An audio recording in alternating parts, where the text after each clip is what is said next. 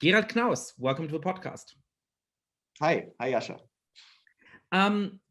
There's many topics that I'm excited to discuss with you, but one of the topics on which your work is most well known is migration and the problem of asylum in particular. I guess as I see it, there's this odd challenge to the asylum system in particular, which is that as designed in Western countries and the most affluent countries, it was sort of designed initially, and I may be getting this wrong, for political refugees, for relatively small numbers of people. And now the mechanism is often used by much larger numbers of people who are coming to the countries and making those claims. And they're often in a humanitarian desperate situation, but they also often create political situations which are quite dangerous in those countries, because accepting those humanitarian claims often leads to the rise of populists and extremists within them. So, how do you see the nature and the problem of migration, in particular of refugees at this moment, sort of to help us understand it in a historical perspective, what the stakes of this moment are? Yes, well, let me start with this conception that the origin of the system we have today, which is really down to, I think, one key word in the Refugee Convention, nonreformer, which means no pushbacks, which comes out of the experiences really of both the pre-Second World War situation and the situation during the Second World War and the immediate post-war crisis of what states are allowed to do at their borders when desperate people are trying to flee a desperate situation. And I wrote a book last year where I start for that reason with the Swiss border to the Third Reich, because the real background to the non-refoulement principle was the experience of Switzerland sending back at least 25,000 German Jews to the Third Reich. And the policy of Switzerland at that time, which was one of the few remaining democracies, it was a democratic government that decided this. They had a chief of the foreign police who was in his office until, in fact, the 50s. He remained long after the war, but he was there during the Second World War. Their policy was, we don't want irregular arrivals of refugees. In fact, they didn't recognize Jews, prisoners of Nazi Germany, Soviet citizens. They didn't recognize them as refugees. So their policy was to push them back. And this is very interesting for two reasons. First, they succeeded. So at the end of the war, there were just above 2,000 German-Austrian Jews in Switzerland. They succeeded with very limited technical means. So this theory that people, if they're just desperate enough, if there's enough pressure, we hear this now, climate change, wars, demography, people who are desperate will always cross borders. Well, you can't be more desperate than a Viennese Jew in 1939 or a Berlin Jew in 1940. And yet, Switzerland closed its borders with brutality. And after the Second World War, the question then became, well, is this going to be the policy that continues? And when diplomats met in Geneva in 1951 and drew up the Refugee Convention, they actually explicitly said, if you are persecuted, if you have a justified fear of persecution, because of your, they say, race, religion, political conviction, and a range of other reasons, you cannot be pushed back. That was the core idea. And it wasn't supposed to be discretionary. It wasn't, as it was during the Second World War in Switzerland, that they didn't send back French soldiers who deserted. They were not sent back, but they sent back Soviet forced laborers or German Jews. But you couldn't do that. It was objectively determined by whether you faced a justified fear of persecution. That is a radical idea. And so this was embraced in 1951, but it doesn't answer most questions we have today, because of course you need to get to the border first. I mean, you need to get into Switzerland. But the idea was you should never push people back if that produces terrible consequences. And that idea then expanded initially it was just for Europe, and then it was expanded to the rest of the world. And now this non-refoulement principle is no longer just in the Refugee Convention. I mean, the Convention Against Torture, that is universally accepted by almost every country in the world, has the same principle, even stronger. You can't push people into countries where they face inhuman treatment or torture. So that's the core idea. But of course, the key question is, at the moment, most borders in the world, like the Swiss borders then, are policed with brutality. People can't cross borders. And pushbacks are on the verge of becoming not only accepted in much of the world, but even in Europe and America. There is a refugee convention which rightly holds that when people are in danger of their lives because they're persecuted and they reach a country where it would be safe, they shouldn't be allowed to be sent back. One of the limitations on that is that obviously if you reach that country from another country that is safe, if you are from Haiti and you're really in danger in Haiti, but you reach the United States via Canada, then in principle it should be allowed for the United States to say, well, you should go back to Canada where you are, in fact. Yeah. The third element, I think, to get to something like what the United States faces at its southern border and what Europe faces at its various perimeters, is that a lot of people who have very understandable and genuine and heartfelt reasons to want to leave their countries start to use the machinery of asylum, even though they don't technically qualify, right? I mean, people who, if I were in their situation, living life with very, very limited with real economic hard under terrible dictatorships, and they of course say, hey, wouldn't it be wonderful to be in a country where I can live a more self-determined and more affluent and more decent life, but often there are people who don't fall under the technical definition of what would entitle them to asylum under the Geneva Convention. But obviously, when there's large numbers of people who fall into that category, that then overwhelms the asylum system, and it makes it very difficult to determine who has a rightful entitlement to use the Geneva Convention and who doesn't. So tell us a little bit about that element and how that created something like the situation in Europe in 2015, how that plays into something like what we're seeing at the southern border of the United States today. Yes, well, let me start with a few surprising facts, which most people who follow this debate don't know. The number of people who cross borders irregularly to Europe or in the world is actually much lower than people think. I mean, I said in the last 4 years, the number of people who crossed from all of Africa and the Middle East, Turkey, Libya, Morocco, Tunisia, to the European Union is around 100,000 a year. And of those, if you look at what the nationalities are or have been in the last 4 years, I mean, this year, for example, the biggest group have been Tunisians, people from Bangladesh, people from North Africa, Morocco, Algeria, Egypt, very few of whom will qualify for protection as refugees. So they leave for other reasons. The challenge then is that all democracies, and we've seen it in Australia, but it's also true in Europe, there is strong pressure not to allow this loss of control. There is a sense that if people arrive in larger numbers, that there's a myth that then, well, if 100,000 come next year, 1 million will come, and then next year, 5 million. You have a rhetoric, including from some international organizations, that says that tens of millions of people are on the road around the world as migrants or as refugees trying to get to rich countries. In reality, the numbers crossing from Africa to Europe in the last 20 years, on average, were a few 10,000 a year. And the Syrian refugee crisis was a complete and utter exception. You had 12 months in which 1 million people crossed from Turkey to Greece. It was 40,000 the year before these 12 months, and it was 30,000 the year after, and it was 1 million in these 12 months.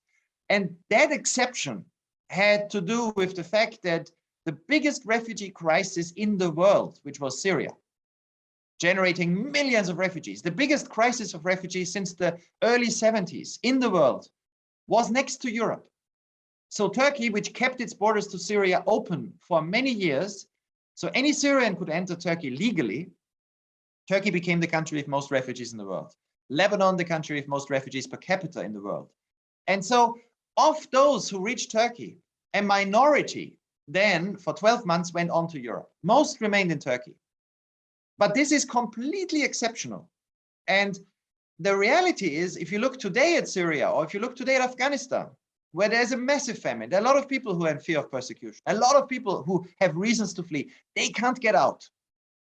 So the official numbers by UNHCR this year, the whole of 2021, are less than 100,000 people as refugees left Afghanistan. The neighboring countries closed their borders. Today, the borders around Syria are closed. So most irregular migration, it's actually relatively small. And the American-Mexican border is an exception. Isn't there, so that's fascinating context, but I fear that it slightly buries the worrying headline, which is that one of the things that was remarkable about 2015 was not just the absolutely terrible civil war in Syria. It was that there weren't any borders put in place, and therefore a lot of deeply desperate people took that opportunity in order to try to come to Europe. And those were partially Syrians, but there were, of course, also people from Afghanistan and other countries. Iraq, yes. And so when you're saying Though that most today, of those were 30,000, but when you're saying that today there's 30,000 or so per year in the world, isn't that precisely because somewhere there's somebody using extreme cruelty to keep those numbers down? Now, yes. Now, you're completely right. Europeans prefer that person be, on the border of Afghanistan rather than on the border of Germany or Poland.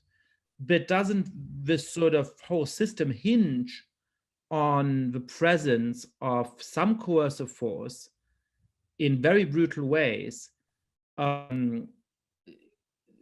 making sure that of the many, many, many more people in the world who, for very understandable reasons, desperately want to be in Europe, desperately want to be in the United States, only a small trickle are able to get there? Because that, to me, feels like the heart of a moral dilemma of all of this question. That if you don't have some brutal enforcement of borders somewhere between the very affluent countries of Western Europe or North America and the much less affluent countries of the Middle East and Africa and so on, then you get huge surges of people. And as we saw in 2016 and beyond, that can have very immediate and very scary political effects. Or you have to use somewhere forms of political violence that are very, very difficult to countenance morally. Am I too simplistic in saying that this is the basic dilemma for which we need to somehow try to find an answer? Well, if you look at Africa and Europe, because that's where the fears of millions every year usually are it's part of a story of Africa's population will double in the next decades. There will be climate change consequences. There's instability. So the idea is that there will be millions of Africans coming to Europe. This hasn't happened ever. And it hasn't happened not just because of Europe. It's just, going through the Sahara into Libya, which I've had many meetings with people who've done that from the Gambia or Nigeria or Senegal, is hell. Getting on boats from Mauritania or Senegal or Morocco to try to reach the Spanish Canary Islands, and you're in a small fishing boat for days, weeks even, it's hell. The number of people, and especially the number of refugees, which are vulnerable people who don't have many resources, who actually tried it, has never been high. What you have is a number of young men, usually, especially on this route, it's 9 out of 10 are men, who learn of somebody who's made a successful trip. And usually, so for example, the small country, the Gambia, which has only 2 million people, it was one of the top 5 countries of reaching Italy in those years. Because people learned that it was possible, and then others tried. And so they took enormous risks. They crossed the Sahara, which was terrible, deadly, lots of people killed. They were in Libya, they were enslaved, they were tortured. Then they got on boats. Then many of them died on the route. But when they made it to Europe, they stayed in Europe because there the system breaks down. Even if they don't get protection, even if an asylum system says, actually, you're not a refugee because the Gambia is now a democracy, returns don't work. So there, the reality is exactly like you described. In the end, it ended up being the cruelty in Libya, the fact that people were tortured in Libyan camps, and the news about how deadly even getting to Libya was. All the stories of Gambians who then came back and said, listen, don't do it. And I know civil society organizations in the Gambia, they travel around the villages and say, we've been in Libya. It's not worth it. I know many Gambians in Germany who say this. I would not do it again. But it took a few years for this news to spread. But the system was crazy and deeply immoral, because what you have is you have a country where it is impossible. There is no way legally even to hope that, you know, if you get an education, if you get training, that somehow you can legally travel to Europe as a student, as a tourist, as a visitor. There is mobility between Africa and Europe. Legal mobility has declined in the last few years. And the irregular arrivals, it's a survival of the fittest with all the brutality on the route. And now the route is closed again because it was just for a few years that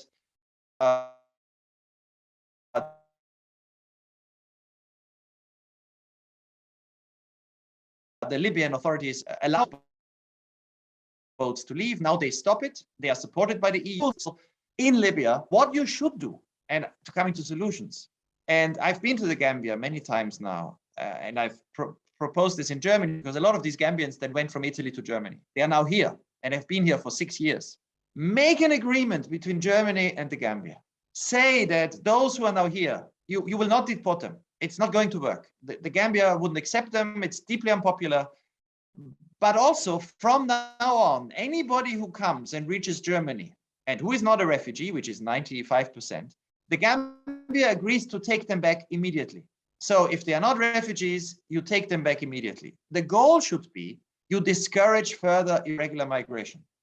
But in return, Germany offers some legal routes. You know, it increases scholarships. It offers schemes where if you get a qualification, it makes it easier for people who have relatives to get a visa. That kind of policy to discourage irregular arrivals, but to allow some legal mobility, is both humane and in line with the Refugee Convention. And that is, I think, what democracies should work on. It requires diplomacy, but it, I think, can get majority support because it promises control. The traffic light coalition in Germany, in its coalition treaty, and I talked to all the negotiators in the weeks they drew it up. They had a very good policy. Goals. They say we want to reduce irregular migration. We want less people to come like this. We want to do it, however, without pushbacks, without breaking refugee law, and without causing suffering and deaths. So we need cooperation with countries of origin or countries of transit. And that's, in fact, exactly the way forward here, to have humane control. What is the solution for the situation at the southern border of the United States, which is, you know, slightly different, right? I mean, the standard talking point from, you know, broadly speaking, the left and the Democratic Party seems to be, you know, we will improve socioeconomic conditions in Central America. We will make sure that people in El Salvador and Guatemala and other countries have more opportunities where they are, and therefore they won't want to come to the United States. But it seems to me that for a lot of the reasons that you've outlined, that is illusory. I'm completely in favor of the United States doing what it can to help those desperately poor countries, you know, on the periphery of a country to develop. I think that is, insofar as feasible, a wonderful thing. But simply the gap between what the standard of living is in Central American countries and what it is in the United States, the difficulty involved in solving the problems of corruption and organized crime in those countries from a distance are just so big. And from what I understand from research, the sort of way in which actually when people become more affluent, they have more resources and they're more likely to attempt irregular migration, are such that that just does not seem like a very realistic solution. So if we are hoping for a solution in the next 5 or 10 years, not in the next 50 or 100, would you recommend to Joe Biden's administration, what would you recommend to the American government more broadly to do in order to solve its problem of how to treat migrants humanely while managing migration flows? Well, what we see at the moment in America is a very good example that good intentions don't translate into good policy. You in the last fiscal year, you had many more people being pushed back by the US authorities into Mexico than you had in the last year of Trump. So you have less people get protection now in the US than in the last year of Trump. You have almost twice the number of people that are officially considered who've died on that border in the last fiscal year compared to the last fiscal year of Trump. So you have at the moment the policy by an administration that says, and I believe it wants to have a humane policy, but didn't think it through, where more people are being pushed back, more people try to arrive, more people die, than under Trump, who very openly said, I want to get rid of the right to asylum, right? So having the right intention is not leading to a more humane policy. And you have the political consequences that this is politically an explosive topic everywhere. And I see it from afar. I'm not an expert on the US system, but the opinion polls I'm reading is that most Americans think, and they have reason to think, that this policy at the moment is failing. It's not a good policy. More pushbacks, more arrivals, more deaths. It creates a sense of pressure. So what you need to do is have a realistic policy, and that includes the progressives, that actually really works on trying to replace and reduce irregular arrivals with regular possibilities for those that have a good cause and are desperate enough. And these are two groups of people. Those who are genuinely in need of protection. Not everybody who goes to the US is in need of protection, but some will be.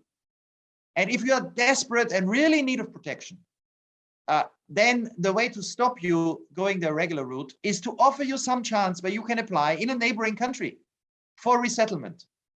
And so it's a good idea that the Biden administration says it wants to increase global resettlement to the US. This is for refugees. And then the second group, I think, is a big group driving this in the US, is people who have relatives, people who've been in the US before and then were expelled and try to get back.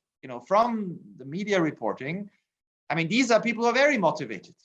They might have a relative irregularly staying in the US, a mother, a father, a brother, and then they try to go irregularly. Now, if you could offer programs of legal routes for those groups, and then you combine that with the ability, and then you take away pressure at the border, with the ability to return those who do not need protection fast, because this is the problem with asylum. If anybody who reaches the US and who you don't push back, then waits a year or 2 or 3 because the asylum system is completely overwhelmed, then stays in the US irregularly, builds a new life, a return after that date becomes cruel and very hard to carry out. So then what you need to do is have the ability to say to people, if you cross irregularly and you're not a refugee, even if you are a refugee, we make arrangements with other countries that your refugee claim will be processed somewhere else. Of course, in return, we must offer these countries something substantial. We offer these countries that we help take people regularly. If you have relatives, there is a process where you can apply. We regularize the status of those in the US already, but we try to stop irregular migration because politically and morally, the dangers in the irregular migration, the vulnerability to criminals, to criminal gangs in Mexico, in Central America, the number of deaths, and in the end, the political cost of Trump returning, because he says, listen, I'm the only one who has a solution, is too high. So for progressives, I think the key question is to stop believing that a humane asylum system is one where you give up control at the border. And for, let's say, security and control-oriented Democrats or Republicans who don't believe like Trump that you want no migration, the policy has to be, well, if we want to control and reduce irregular migration, we must offer other ways for people to claim and where they have a chance to come. I think this will not solve the problem, but it will vastly reduce it and make it manageable. But it involves both control and legal access. And the strange thing is, in the ideological debates we have at the moment, in Europe, in America, you either are team control and you say, well, we want to push them back and have nobody come, or you are basically for open borders and say anybody who comes to our borders, well, let them in, and then we have a 4-year asylum process, and then we try to work for legalization because they've been here for a long time. And in this context of ideological positions, in the end, it's always the control and pushback group that wins. I wonder whether in this particular case, it's not actually that there's half of a population that want one thing and half of a population that want the other thing, but Yes. that most people want a combination of things that's impossible. Which is to say, it seems to me when you look at the history of this in the United States, that, the Obama administration, Hillary Clinton as a candidate, were very sympathetic to immigrants and asylum seekers, and that created a huge opening for Donald Trump, which helps to explain his 2016 election. Then the Donald Trump administration has a sort of proudly cruel policy towards asylum seekers in particular and towards immigrants. And that actually leads to significant backlash against Trump. The political opinions on migration were more welcoming of migration under Trump than there have been at any other point in recent memory in the United States. So when Biden comes in with a policy that, again, is much more sort of intent on being humane and so on, and not only does it fail to be more humane in the ways that you've outlined, but it's also deeply politically unpopular again. And you can go through the same zigzag in Germany, where there was a huge backlash against Angela Merkel because she was not sufficiently sympathetic to asylum seekers. And then she keeps the borders open in 2016 and in 2015, 2016, and then there's a huge backlash against that. You can see it with Theresa May's government, which is quite popular at the beginning because it takes a very hard line on immigrants, but then has to deal with a big domestic crisis because of its treatment of the so-called Gurkhas. And so I think what's going on here is that people want a limit on migration without any kind of state cruelty. And nobody has yet figured out how to do that, except, I suppose, the proposal you put forward. So, do you think if governments adopted what you're talking about, and we've talked about this in the context of Europe, and we've talked about that in the context of the United States, would that be enough to get out of this zigzag political dynamic where people keep changing their minds because they do two impossible things at the same time, and whenever half of it is being done, they think, well, what about the other half? I think you describe it well. It is two souls in most people's breast. I met people who worked with refugees in Sweden, the country that gave most protection per capita in the last decade in the world, through asylum, 230,000 people in a few years. And those are people who work with refugees, but they also said we need some control. So, they don't want to be cruel, but they want to have some control. And if you don't answer both, in the end, it's going to be the Trumps that set the policy. So what you need to do, let me be concrete. I give you 2 examples. In the central Mediterranean, and this is what this German government has said and written it wants to do in its coalition treaty, but the difficulty will be doing it. I mean, I'm aware of the difficulty. But they said we need to find partners. If Germany, France, and Italy negotiate with a country in North Africa and say, listen, are you prepared from a cutoff date to take a limited number of people that we rescue? So the goal is we rescue people, we don't let anyone drown. We actually increase the rescue effort, which has been reduced, but we don't return people to Libya because Libya is a cruel place and we can't, legally, Europeans can't return people to Libya, and we don't support the Libyans doing it for us, which is just cynical. But we want to stop people coming in this way. We offer a country like Tunisia something that we offer to Ukraine. The European Union offered to Ukraine visa-free travel for its citizens. Ukrainians can travel to Europe without a visa. Imagine this for the Mexicans. The US, I think, is far away from doing this, but Europe offered this to Moldova, Georgia, the Balkans, Ukraine, and it worked. Why is it working? Because the Ukrainians had to fulfill a lot of conditions. They are taking back any Ukrainian who has no right to stay. They are taking back others who cross from Ukraine to Europe. But in return for cooperation, Ukrainians can travel visa-free. It's working. So we offer this to Tunisia, the first country in Africa, visa-free travel to the European Union, in return for, after cutoff date, taking back the people that we rescue. The number of people who would then be taken back to Tunisia would rapidly fall because people wouldn't try. You don't pay, you don't risk your life in Libya if you are then returned within a very short period. You actually solve the problem you talk about. And the same, of course, was what my colleagues and I proposed to Turkey in 2015. It led to the EU-Turkey statement. The idea is that Turkey agrees with the European Union that from a cutoff date, it takes people back, not by pushback. They can apply for asylum, but those that are found to be safe in Turkey are returned. The flow immediately collapsed. The number of deaths in the Aegean fell from 1,100 to 80 in 12 months.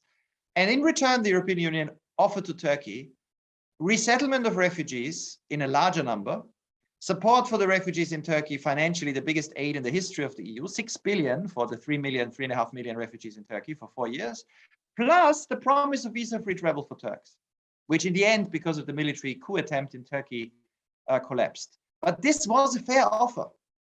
And this actually was an offer the Turks offered to Europe on the 18th of March, 2016. It was the Turks took our paper, which we translated into Turkish. I went to Ankara, I talked to Turkish ambassadors, negotiators, and they returned to Germany and to the EU, to the Dutch presidency of the European Union, and said, here is what we propose to you. And the Germans and Dutch said, brilliant, we take it.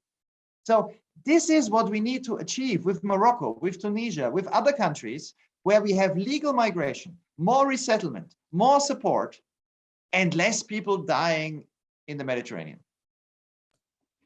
That's very compelling. Let's go a little bit beyond the topic of migration. One of the other big crises in Europe at the moment is around the rule of law in Poland, and you've been working very closely on this. So first of all, for an international audience, but maybe much less aware of what's happening there, what is the nature of a danger to the rule of law in Poland, and why has that led to a kind of standoff with the European Union? Well, I mean, I can refer those who listen to you, probably have read it, to your book about deconsolidation of democracy, because what we have in Poland is really an extraordinary story. This was a success story of a democratic transition. You know, after communism, you had free elections, you had many elections, many changes in government, you had independent and proud courts, a constitutional tribunal, a constitutional court, a Supreme Court, an administrative court, you had civil society, you had media. I mean, this looked like a very robust democracy. And then in 2015, a political party came to power after an election campaign that was relatively modest. They didn't announce a radical agenda.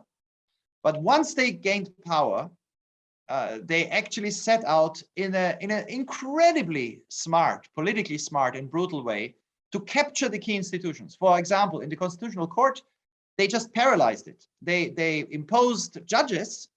The Constitutional Court in Poland has 15 judges. They imposed 3 that they were not legally allowed to impose. And then when the court didn't accept it, they said, well, from now on, we don't publish your decisions in the official gazette. So for 1 year, they just shut down the court within a few weeks of being in power.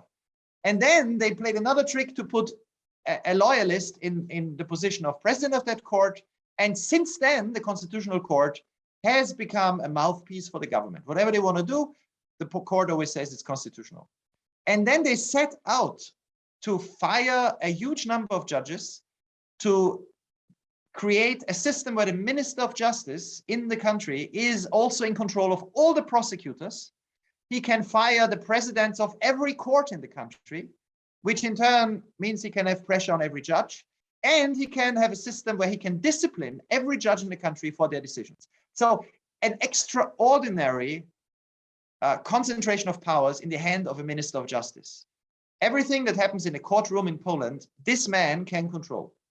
It's like in Venezuela or in Russia, or today in Turkey. You never had such a system in a European Union member state. Now, this system was created very quickly. And it wasn't that Poles, there was a lot of resistance. People went into the streets, there were demonstrations. But because it was done step by step by step, with surprising speed, all the mechanisms of control that we thought were in place failed. You know, all these protests didn't stop it. So now it's reached a point where it's come down to a real high noon, a showdown, because the only mechanism that had some effect was, because Poland is a member of the European Union, the European Court of Justice, the highest court in the EU, which stepped in and said, for the European Union to work, it requires that Polish courts are free, because your judgments in Poland are recognized by German courts, French courts, automatically.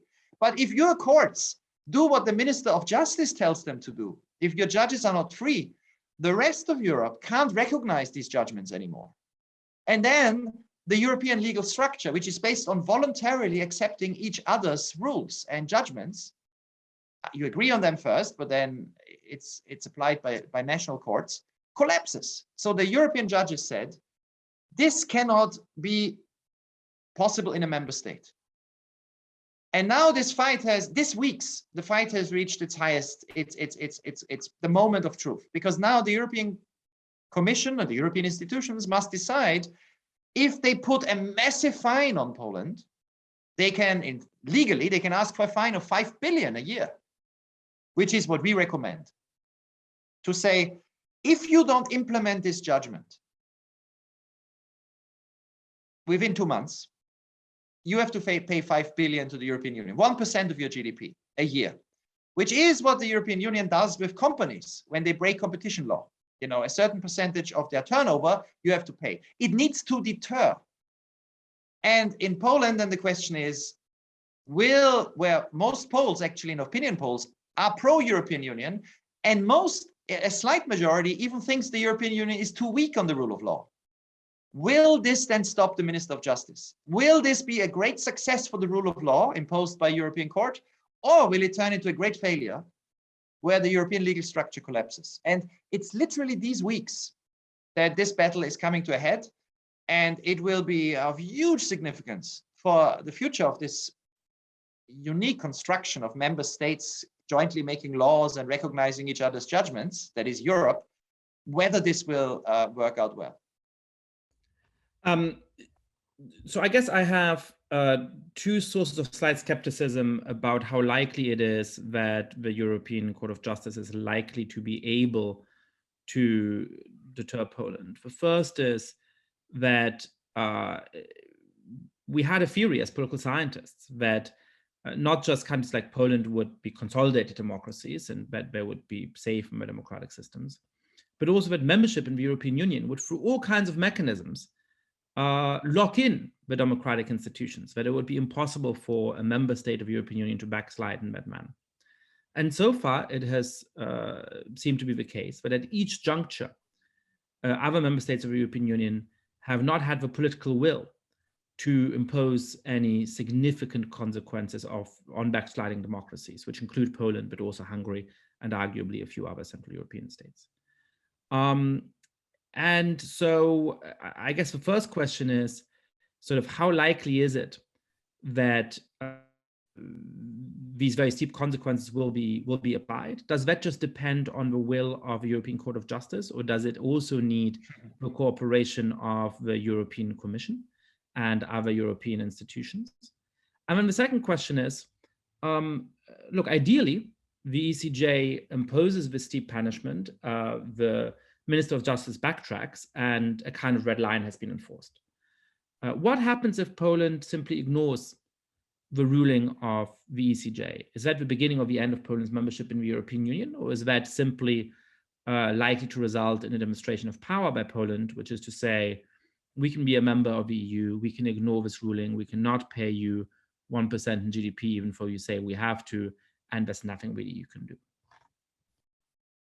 Well, I mean, let me go to the first question, because that's the key. This does not depend on other member states. It does not depend on what Germany or France, the governments, think or do. And that is crucial. Because if it would depend on other member states, it wouldn't work. Any mechanism in the European Union that relies on the governments, the 27 governments, when they meet, the way the EU works is they make bargains all the time. It's a very good mechanism to reconcile interests. It's a very bad mechanism because nobody really wants to put anyone in the corner because you need them the next day, right? So anything that requires member states becoming tough with each other, I don't think it's going to happen. But that is the beauty of the separation of powers. You know, the beauty of the separation of powers is that the oldest mechanism in the EU, which is the European Commission, taking a country to court, the court assessing whether this country breaks, in this case, the EU treaty, then the country has a chance to implement the judgment. If it fails, the European Commission can take the country to the court a second time. And then it's the court that determines the fee, the punishment. This mechanism, the first stage has already happened. The European Commission took Poland to the court made a decision, a judgment, which was historic on the 15th of July this year. The Commission then said to Poland, you need to implement it. Poland said no. The Commission then said, well, if you don't implement it, we take you back to the court. It started the procedure, which takes 2 months. You have to write a letter. The Polish government responded. You write another letter. They respond again. It's the end of that process. The last deadline was a few weeks ago. So now the European Commission has said for 4 years, while this whole thing lasted, we will enforce this. So now it only has one more choice, which is to go back to the court. And then the court, which knows and has argued in many judgments that this is about the future of the European Union, it doesn't have a choice. It will impose a fine. The only question is, will the fine be high enough to be a deterrent? Now, we know on the Polish side, the Polish Minister of Justice has nothing to lose. He says, don't negotiate. In fact, he's preparing a more radical reform as we speak. He wants to fire even more judges because he wants to say, let's use that fight to actually do whatever we want. But he is leading a small party. And his coalition partner and him have lost the majority in the lower house already. I think it is really important if the European Court of Justice establishes this line and articulates to the Polish public that it has no choice. This isn't against Poland. It is that the European Union, in which a member state abolishes free courts, cannot exist. But please, if you just reverse this, you will not pay any fine. Not only will you not pay any fine, massive funding that the European Union has frozen already. I mean, we're talking about then 10 billion euros. You know, you don't pay the fine, 5 billion will become available right away. There is high inflation in Poland. You know, it's very attractive. Most Poles, I think in this situation, would say to their politicians, listen, don't play this game. And if then the political dynamics in Poland are, as I predict they would be, on this, and Ziobro, the Minister of Justice, who will not reform or take back these reforms, well, if others tell him, listen, then you can't stay Minister of Justice. He leads a small party that has 19 of the MPs in the parliament of 460. He's very radical. He will not make a compromise, but he cannot stop it alone. So I think this is really it's a historic moment. It's a moment of truth.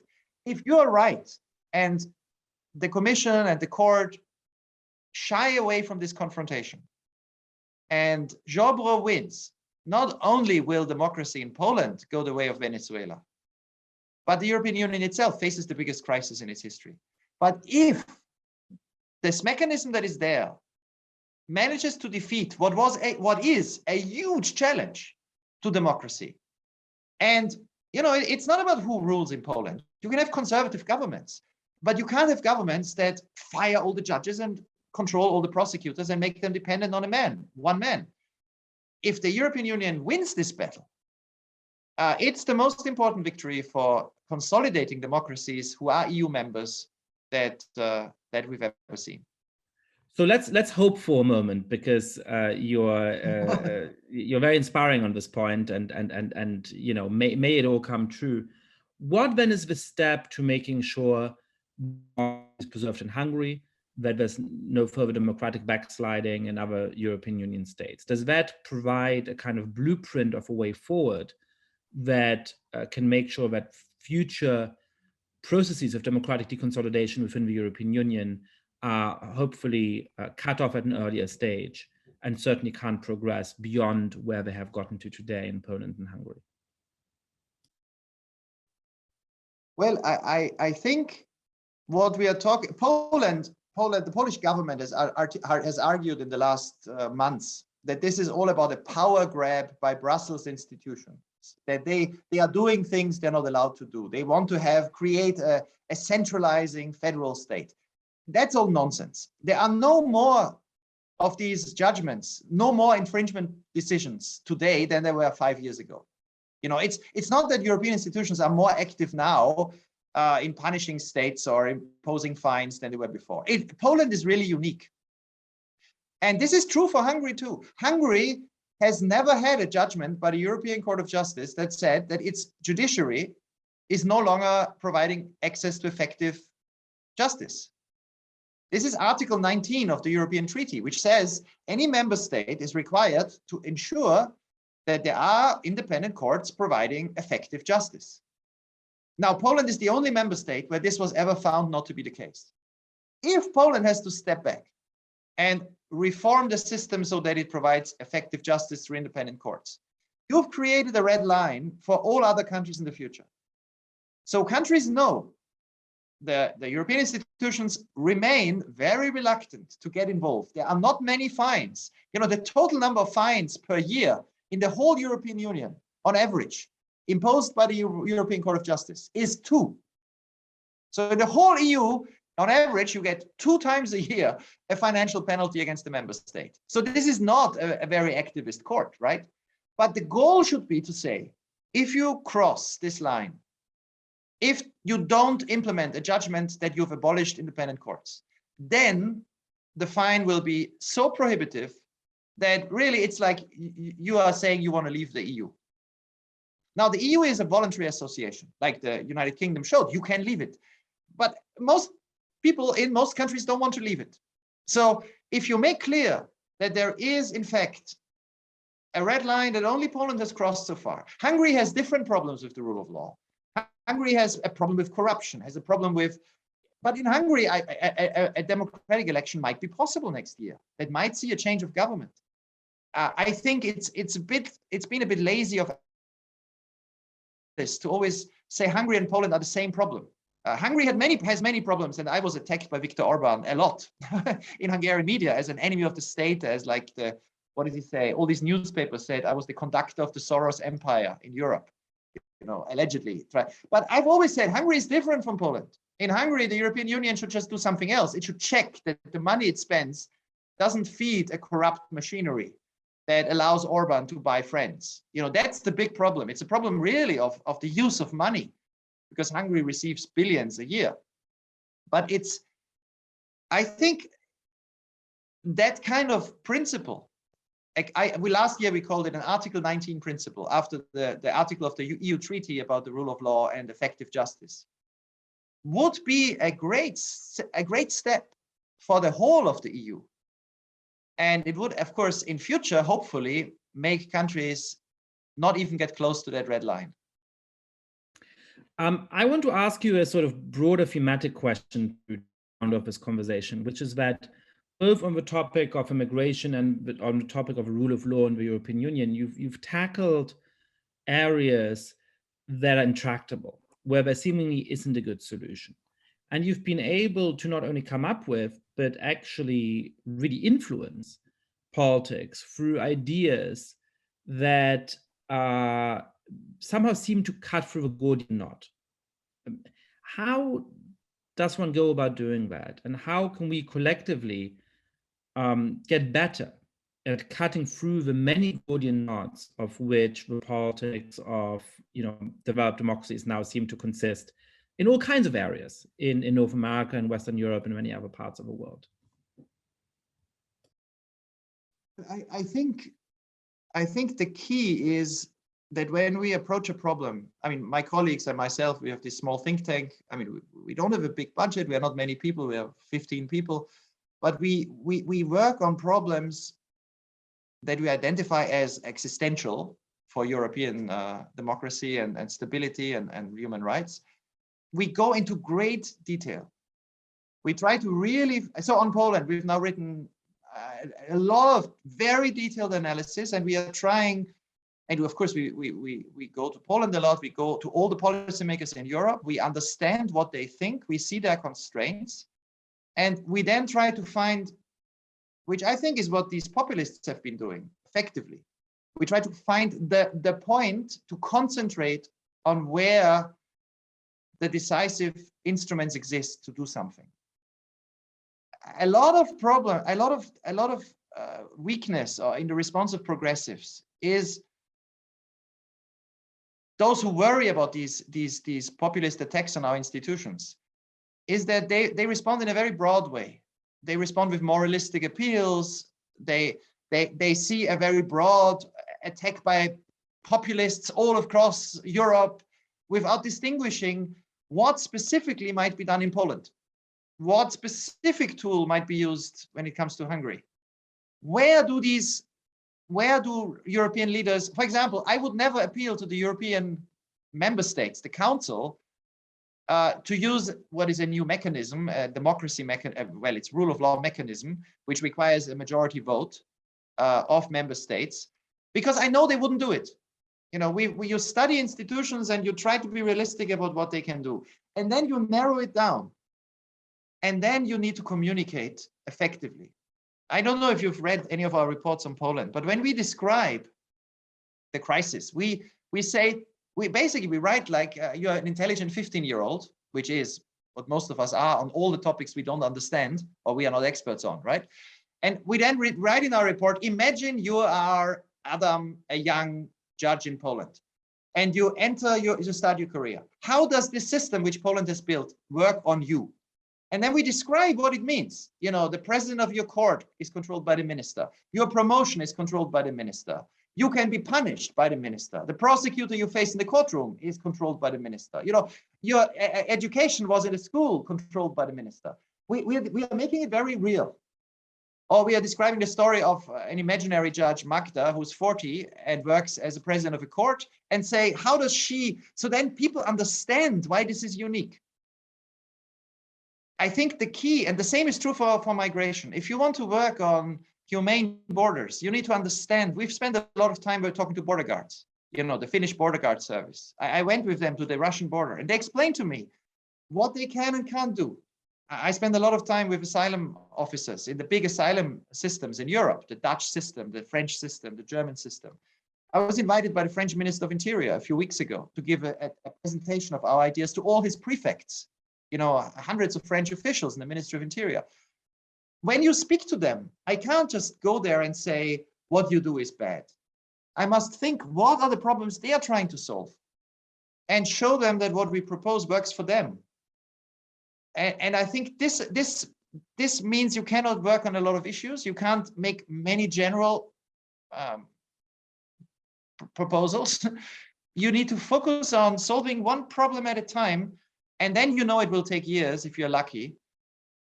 But the result is that at the end, the people that you convince, conversation after conversation, who have the power and the legitimacy to act, they then realize when they've tried out everything else and it doesn't work, that perhaps this is the thing to do. And well, and sometimes you're lucky, even as a small institution. Gerald Knaus, thank you so much for coming on the podcast. I thank you. All the best.